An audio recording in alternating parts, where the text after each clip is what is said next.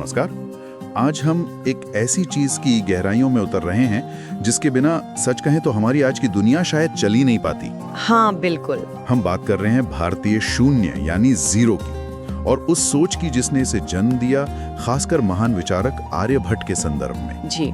और हमारी ये जो पूरी चर्चा है, इसका आधार है आर्यभट्ट और भारतीय शून्य की गाथा से जुड़े कुछ खास स्रोत और दस्तावेज। हमारा इरादा यह है कि इन स्रोतों से जो भी जानकारी मिली है उसे थोड़ा खंगालें, समझें कि ये शून्य आखिर आया कहाँ से। सही। क्या ये सिर्फ एक निशान है या कुछ और कैसे इस छोटे से दिखने वाले गोल निशान ने गणित, विज्ञान, टेक्नोलॉजी, यहाँ तक कि हमारी रोज की जिंदगी को हमेशा के लिए बदल दिया। बिल्कुल। कभी इस पर गौर किया है कि भाई आपके हाथ में जो मोबाइल फोन है या कंप्यूटर का कीबोर्ड है या आसमान में उड़ता जहाज, हाँ, इन सब के पीछे कहीं ना कहीं शून्य का हाथ है। सोचिए अगर ये ना होता तो क्या होता? कल्पना करने भी मुश्किल है ना? थोड़ी अधूरी सी लगती है बात। चलिए इसी अनोखी खोज की कहानी को परत दर परत खोलते हैं। जरूर। तो शुरुआत करते हैं उस समय से जब दुनिया शून्य को जानती ही नहीं थी। जरा सोचिए, हिसाब किताब करना है, व्यापार करना है, या मान लीजिए तारों सितारों की गणना करनी है, और आपके पास अंक हैं रोमन वाले IVXLCDM। अब बड़ी संख्याएं लिखनी हो तो कितनी मेहनत लगती होगी। हाँ, बहुत ज्यादा। मान लीजिए आपको लिखना है 1988, तो रोमन में लिखेंगे MCMLXXXVI। कितना उलझा हुआ है। बिल्कुल। और जोड़ना घटाना तो सोचिए। हाँ, वो तो और भी मुश्किल रहा होगा। स्रोत यही बताते हैं कि उस जमाने में ये जटिल गणनाएं करना सबके बस की बात नहीं थी। मतलब ये एक तरह की एक्सपर्ट स्किल थी। जी बिल्कुल, एक विशेषज्ञता थी। और इसी माहौल में प्राचीन भारत में, जहां ज्ञान विज्ञान की एक अच्छी खासी परंपरा थी, एक असाधारण दिमाग सामने आया, आर्यभट्ट। कहते हैं कि भाई संख्याओं से उनका लगाव बचपन से ही था। वो सिर्फ गिनती नहीं करते थे, बल्कि नंबर्स के पीछे के पैटर्न, उनके राज समझने की कोशिश करते थे। सही। उनका ग्रंथ आर्यभट्टीय, जो उन्होंने महज 23 साल की उम्र में लिखा था, वो उस वक्त के गणित और खगोल विज्ञान का एक जबरदस्त दस्तावेज माना जाता है। बिल्कुल।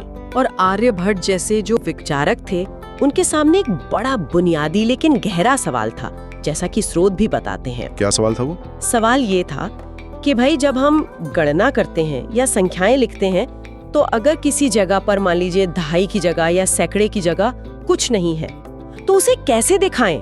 अच्छा। क्या इस कुछ नहीं को, इस खालीपन को भी गणित में कोई शक्ल दी जा सकती है?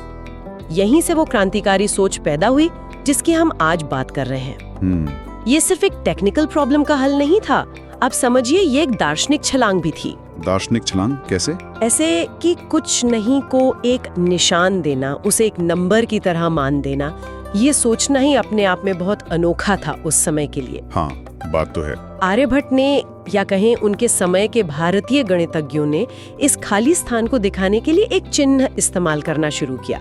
इसी को शून्य कहा गया। शून्य संस्कृत में, जिसका मतलब ही है खालीपन। बिल्कुल, खालीपन या रिक्तता। लेकिन उन्होंने समझाया कि देखो, ये सिर्फ खालीपन नहीं है, ये गणित के सिस्टम में एक बहुत जरूरी स्थान धारक है।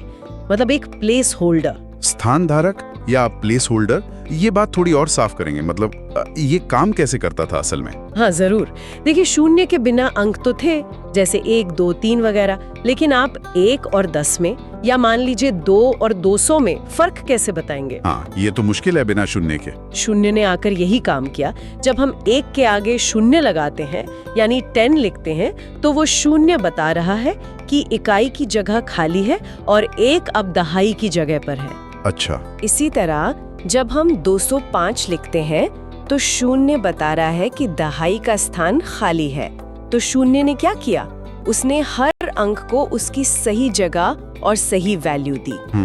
इससे संख्याओं को लिखने का एक लॉजिकल, एक व्यवस्थित तरीका मिला, और यही दशमलव प्रणाली यानी डेसिमल सिस्टम का आधार बना, जिसमें 0 से 9 तक के 10 अंकों से आप दुनिया की कोई भी संख्या लिख सकते हैं। हाँ, ये तो कमाल की बात है। मतलब सिर्फ 10 निशान 0 से 9 तक, और उनसे आप छोटी से छोटी और बड़ी से बड़ी खरबों तक की संख्या लिख सकते हैं, और हर अंक की कीमत उसकी जगह से तय होती है। बिल्कुल। इसने तो फिर हिसाब किताब को वाकई बहुत आसान बना दिया होगा। जब पहले शायद घंटों लगते होंगे जोड़ने घटाने में, अब मिनटों में हो जाता होगा। निश्चित रूप से।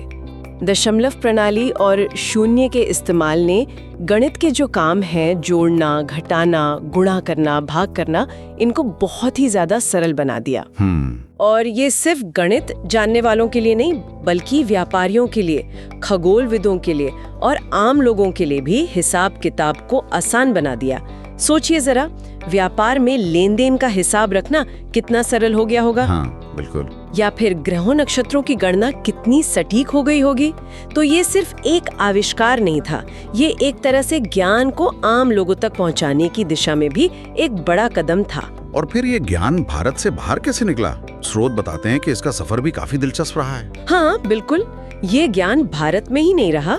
करीब 7वीं-8वीं शताब्दी के आसपास जब अरब विद्वानों का भारतीय ज्ञान विज्ञान से मिलना जुलना हुआ, तो वो इस नंबर सिस्टम और शून्य के कॉन्सेप्ट से बहुत प्रभावित हुए। अच्छा। बगदाद में उस समय हाउस ऑफ विजडम यानी बेत अल हिकमा जैसे बड़े ज्ञान केंद्र थे। वहाँ भारतीय ग्रंथों का अरबी में अनुवाद हुआ। इनमें आर्यभट्ट और ब्रह्मगुप्त जैसे गणितज्ञों का काम भी शामिल था। एक बहुत बड़ा नाम आता है अल-ख्वाराज़मी। हाँ, सुना है मैंने इनका नाम।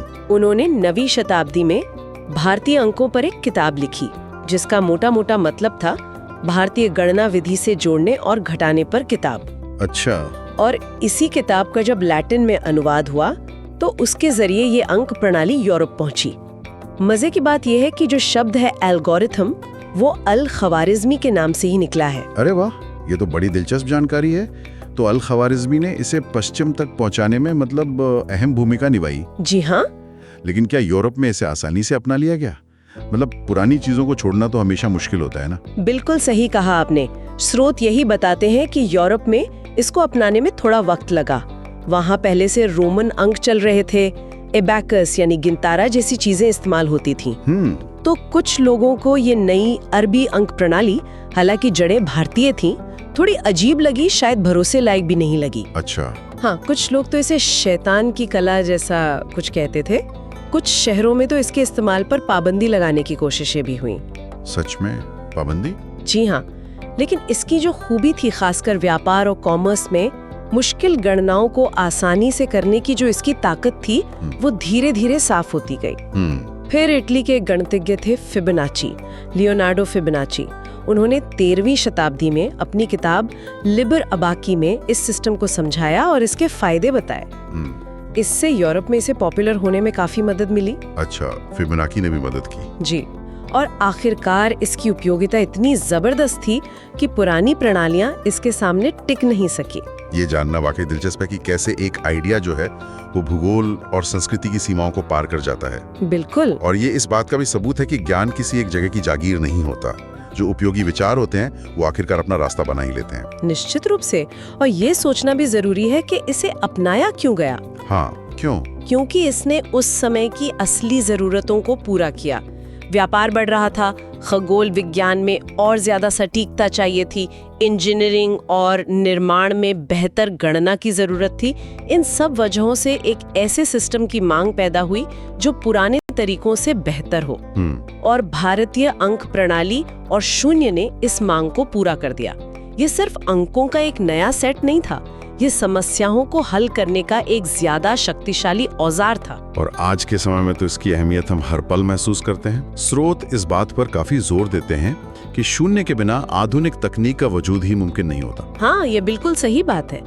आज की जो डिजिटल दुनिया है, उसकी बुनियादें बाइनरी कोड पे टिकी है, 0 और 1। हाँ, बाइनरी। कंप्यूटर जो भी काम करता है, चाहे वो मुश्किल से मुश्किल हिसाब लगाना हो, वीडियो चलाना हो या इंटरनेट से जुड़ना हो, उसके अंदर असल में लाखों करोड़ों 0 और 1 का ही खेल चल रहा होता है। शून्य के बिना बाइनरी कोड नहीं बन सकता, और बाइनरी कोड के बिना न कंप्यूटर होते, न स्मार्टफोन, न इंटरनेट, न आर्टिफिशियल इंटेलिजेंस, न ही अंतरिक्ष यान का कंट्रोल, मतलब कुछ भी संभव नहीं होता। बाप रे। हर डिजिटल स्क्रीन, हर इलेक्ट्रॉनिक सर्किट, हर सॉफ्टवेयर प्रोग्राम कहीं ना कहीं शून्य के सिद्धांत पे ही काम कर रहा है। ये तो वाकई मतलब हैरान करने वाली बात है।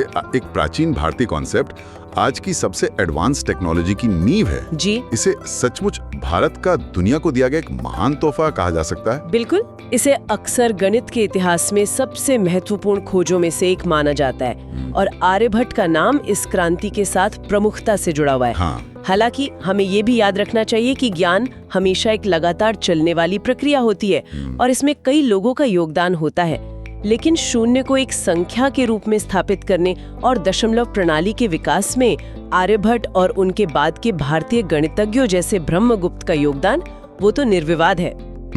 इसने न सिर्फ गणना को आसान बनाया, बल्कि इसने एब्स्ट्रैक्ट थिंकिंग यानी अमूर्त सोच के नए रास्ते खोले, जिसने आगे चलकर विज्ञान और गणित के विकास को और तेज किया। तो आज की इस गहरी बातचीत से हमने समझा कि शून्य महज एक गोल निशान नहीं है। जी नहीं, ये एक क्रांतिकारी विचार है। ये कुछ नहीं को ताकत देने का प्रतीक है।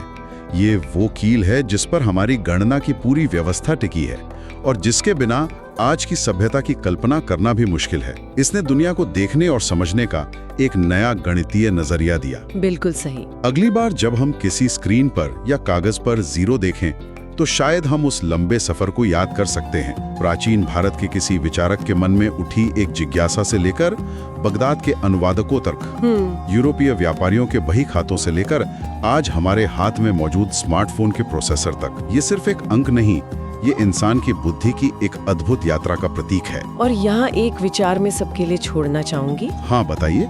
उसने दुनिया बदल दी। क्या आज भी हमारे आसपास ऐसी ही सरल अनदेखी सी अवधारणाएं या विचार मौजूद है जिन्हें हम शायद मामूली समझ रहे हैं? सोचने वाली बात है। क्या उनमें भी भविष्य को बदलने की उतनी ही बड़ी क्षमता छुपी हो सकती है? क्या हम उन खाली जगहों या अभावों को पहचान पा रहे हैं जिनमें अगली क्रांति के बीज छुपे हों? ये वाकई सोचने वाली बात है।